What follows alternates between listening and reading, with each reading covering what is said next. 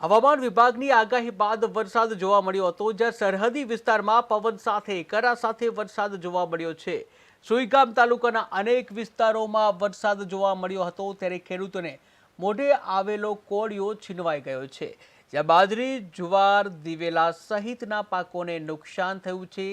ખેડૂતોને મોટું નુકસાન થવાની ભીતિ છે, ત્યારે કડાકા ભડાકા સાથે વરસાદ આવતા ખેડૂતોની ચિંતામાં વધારો થયો હતો।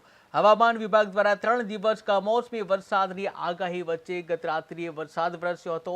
સમગ્ર ગુજરાતમાં વરસાદ જોવા મળ્યો હતો, કરા સાથે વરસાદ જોવા મળ્યો હતો, ત્યારે સરહદી વિસ્તારોમાં પણ ભારે પવન સાથે કરા સાથે વરસાદ પડ્યો હતો। સરહદી વિસ્તારમાં સુઈગામ તાલુકાના અનેક વિસ્તારોમાં વરસાદ જોવા મળ્યો હતો, ત્યારે ખેડૂતોને મોઢે આવેલો કોળિયો છીનવાઈ ગયો। વરસતા વરસાદમાં બાજરી, જુવાર, દિવેલા સહિતના પાકોને નુકસાન થવાની ભીતિ છે, ત્યારે ખેડૂતોને ભારે નુકસાન થઈ શકે છે। વીજળીના કડાકા ભડાકા સાથે વરસાદ આવતા ખેડૂતોની ચિંતામાં વધારો થયો।